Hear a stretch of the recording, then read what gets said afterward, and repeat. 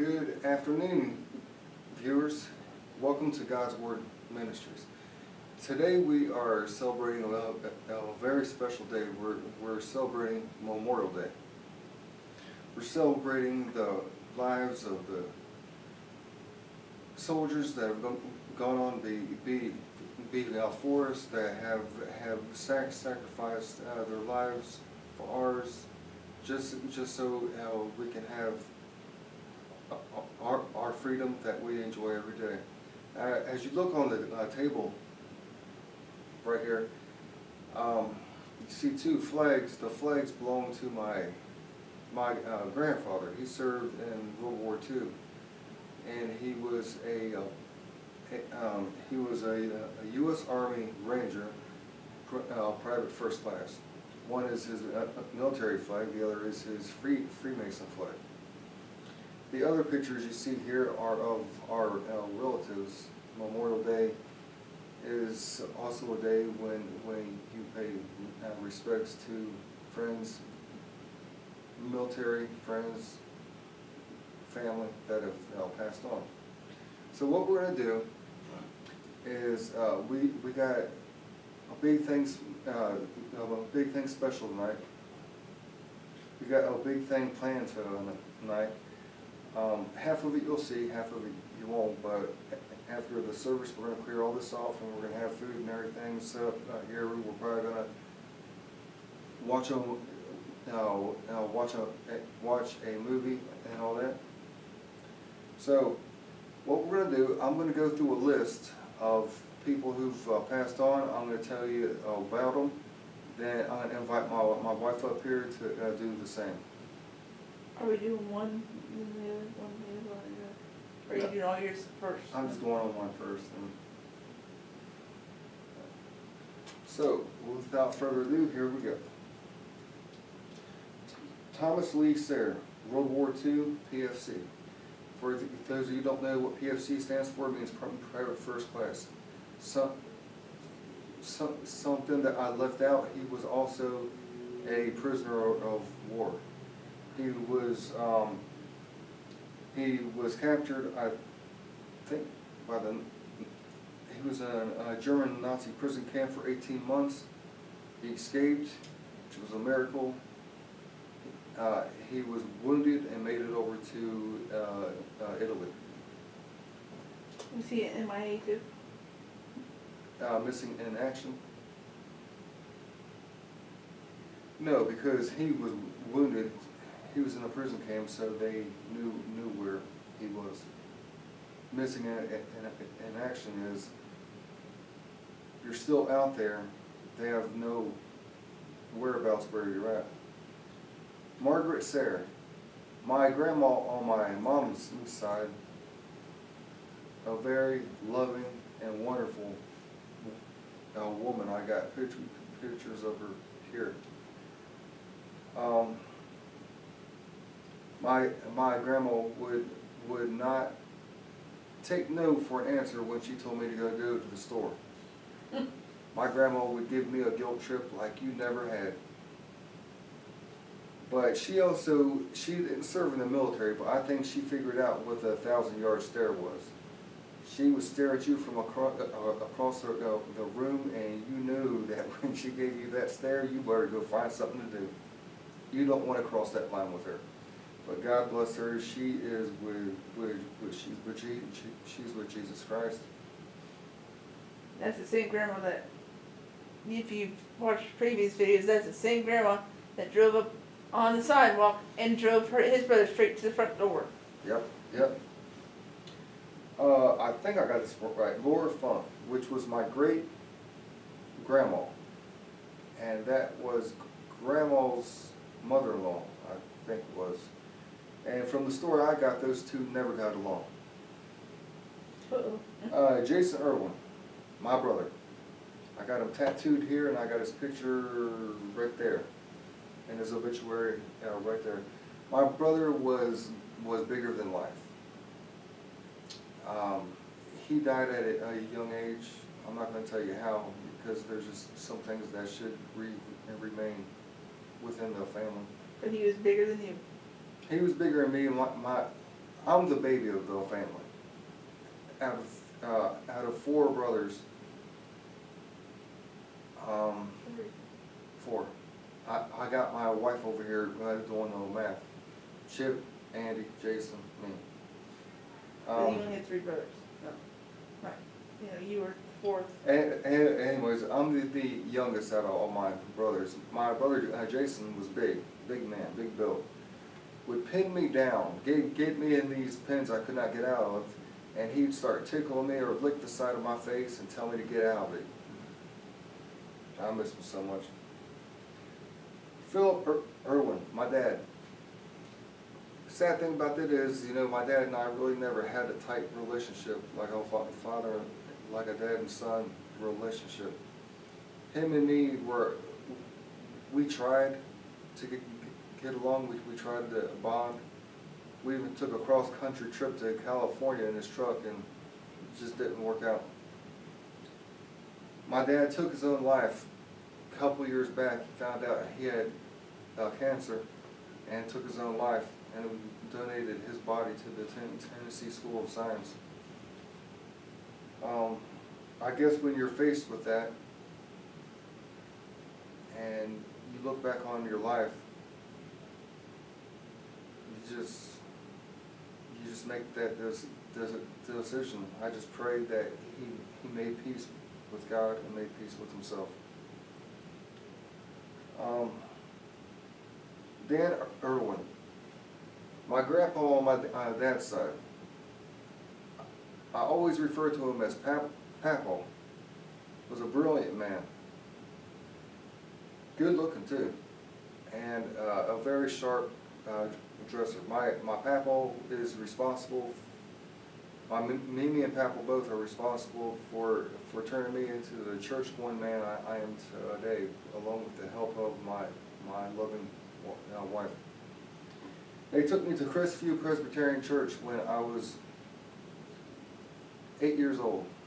And I remember seeing a man up there that had the preacher's robe on, that kind of had like the things, I call them scarves, but they look like long scarves with the crosses on them. But he was wearing the robe. And I saw one man up there leading the whole congregation, and I was like, no, that's something that I want to do.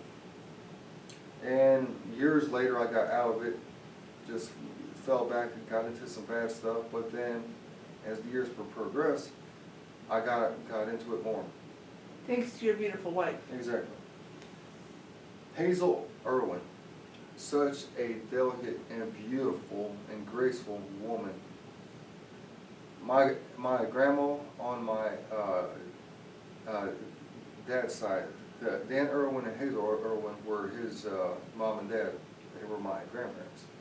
This woman was so graceful with the way she dressed, and when we had Christmas, she always used paper that was just one solid color, but I mean she would spend hours upon hours upon hours on each gift just to make them just absolutely beautiful. I mean, these gifts were so beautiful you didn't want to tear them open. They were so beautiful. Danny Malsberger. She was my aunt, and she was my dad's sister, and she was my aunt. She passed away back in the early 90s. I'm not going to tell you what of, but she was such a graceful woman, just like my aunt,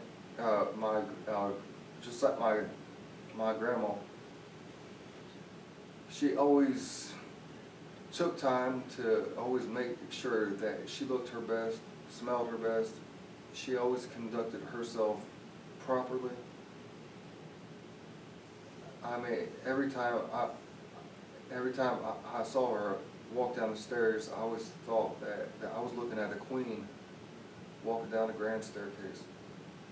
My aunt and my cousins always taught me, elbows don't belong on the table. You do not reach across the table. And when you did, you got slapped for it. Got the arm smacked. Ooh. And I got smacked quite a bit until it finally got in there. Hey, you don't reach across the table. He's hard-headed. Tara Malsberger, that was my Aunt Danny's little girl that died at birth. So I'll get to see I'll get to see my little cousin someday. How old would she be today if she was alive? Well, she was born in the 70s, I think it was, so I think her and I'd be around the same age. Keith Allen, my cousin, died at 17 years old. Once again, I'm not going to mention how they died because I got to respect their privacy. But he died when he was 17 years old, and it was of a disease, but I'm not going to say which one. Me and my cousin had such an incredibly tight relationship, tight bond. I can remember the first time we met, all the stuff we did, four-wheeling in the creek. He even tricked me to pee on an electric fence. This ain't the place to talk about that, but yeah, I got the ultimate jolt. God bless him, I tell you. Mike Allen, that is my stepdad's brother. He passed on a couple of years back. Him and I, we always had a tight bond, good relationship. The guy was like an expert mechanic. I mean, that guy could build a car from scratch. He was that good. Beckham Allen, which is my stepdad's dad. This man gave me my first chew when I was, 8 years old. Did everything happen when you were 8? A lot of it, yeah. About 8 to 9 years old. And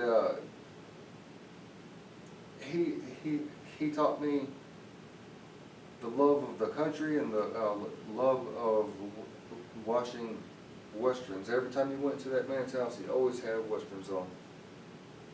Wanda Allen, that was his wife and my stepdad's mom. This woman could put Betty Crocker to shame. She made some of the absolute best food from scratch that you ever tasted in your life, especially biscuits and gravy. Oh, it was a dream. Your mom could put Betty Crocker to shame too. Debbie Zen is my mother-in-law and my wife's mom. This woman was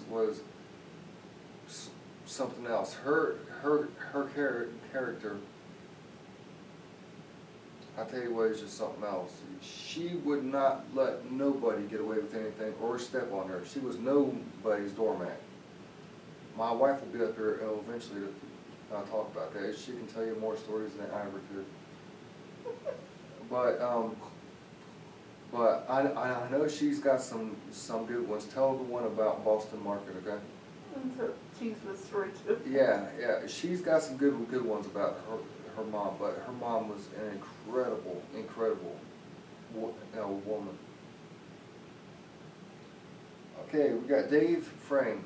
That was my wife's uncle, and a very good friend of me. Very educated. Mom's youngest brother too. Huh? My mom's youngest brother. And it's also his mom's youngest brother as well. So we got brother and sister and Glory now. So that ends my list. I'm going to call my wife up here, and she can go through her list, tell some stories. I got a few of my own after she's done. KRISTA McMuffin? No. I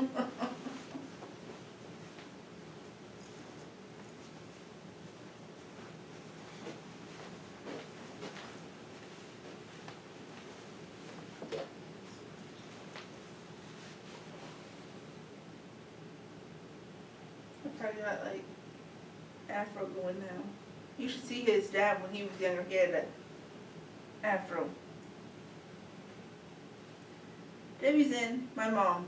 We're going to leave her till the end so I can tell you all the funny stories about her.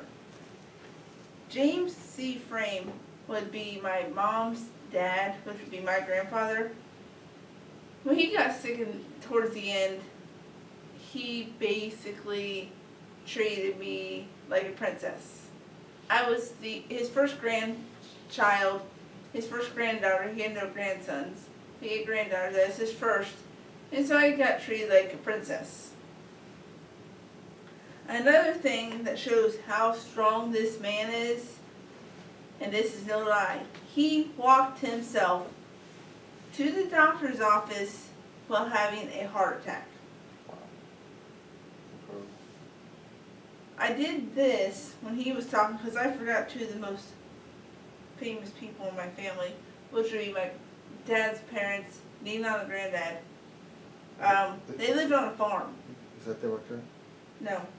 The two people in that picture are my dad's great-grandparents. I'm not sure how that goes, I'm not sure, but they're on my dad's side of the family. They're ancestors. Okay. But Nina and Granddad lived on a farm.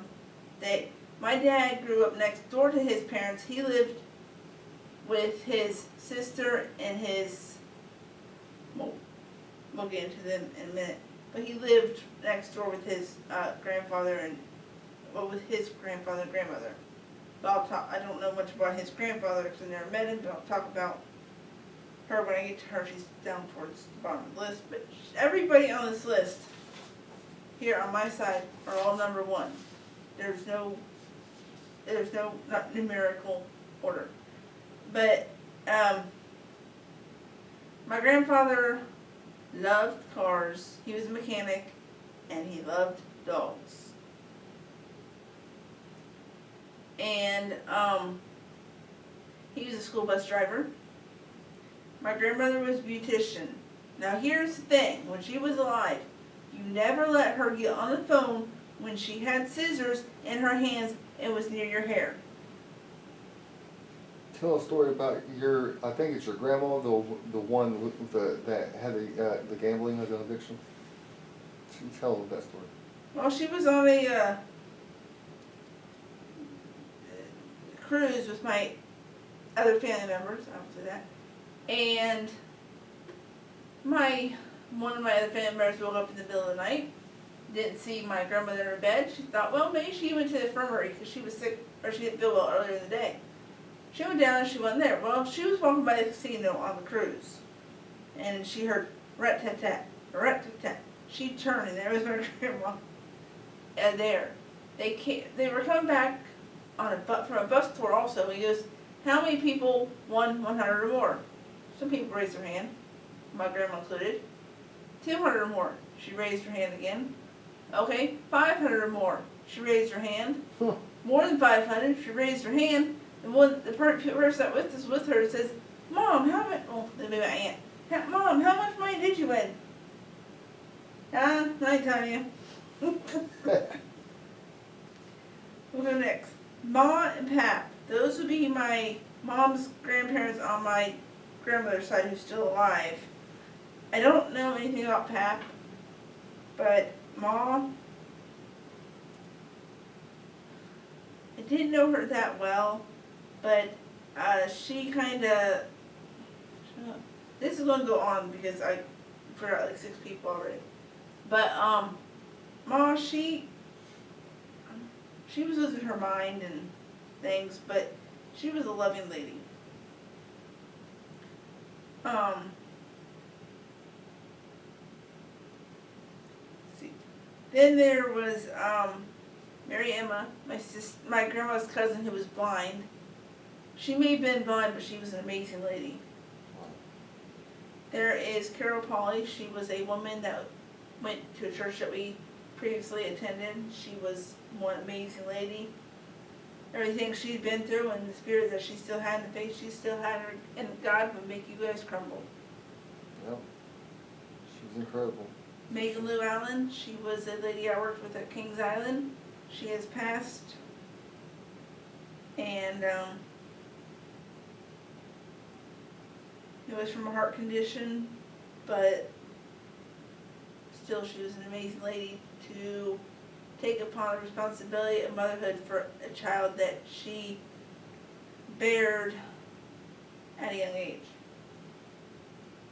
Phyllis Normal. She was a lady that we went to church with previously, and every Sunday, between the first service and Sunday school, you could stop in the big fellowship hall and get coffee, and she was there refilling the coffee, making coffee every Sunday. David Frame, you heard about him. He's my mom's brother. He had a CCW just like my husband does. One thing about this involves him. My mom was coming home from college one weekend, invited my father over to the house. Well, she came home and she thought her family had gone crazy. Her mom, when she gets in, her mom is behind her, shutting every door and shoving sheets under every door, the opening underneath doors. Every house and door had to be shut and it had to have a sheet under it. So she went to she thought her mom had lost her mind. My grandma and mice don't get along. But anyway, she went later that night to pick her brother up at the gas station. He had pop cans underneath the driver's seat. He hit the brakes, those hit his feet, and he lost it. He was going nuts. My mom said to her dad, she was, "I got a man coming over here tomorrow. Should I call him canceled?" Mom and David act like they lost their minds. He goes, "No, there's just a mouse in the house." Oh, my grandma, and my mom's youngest brother were petrified of mice. I wonder what they would have done if they would have said, "No, there's a snake loose in the house." Don't even start with that. Nanny's in. That would be my dad's grandmother and where he grew up. I just remember her being sick all the time, but the story I was going to tell about her is when my dad and mom were going out and first married, they'd come back to the farm. My mom, she heard the dogs would bark, and my mom got up my dad got up next to her. My mom was dressed and ready to walk out the door. She was dressed and ready to go long before daylight ever broke. Anyway, Nanny said made these rolls, and she would ask what time they were coming in, and those rolls would be coming out of the oven as they pulled in. They were the best rolls, my dad says. Jamie's baby, my cousin Jamie, I think her name's Isabella. She died shortly after birth. It was a couple weeks or months later she had died. Was it a death syndrome? No. She had atrophy. There's some other mentionables that I don't remember. I'll probably be kicking myself later when I remember the unmentionables, but there's a lot more that I just didn't mention. Back to my mom. Until you met her, you didn't know her sense of humor. She told my husband, he sat down on her side of the couch. She got up and she said, "Move now." He goes, "No, I'm the guest. I should stay here." She goes, "Get up now." He goes, "No, I'm a guest." She says, "Get up and go now." She wasn't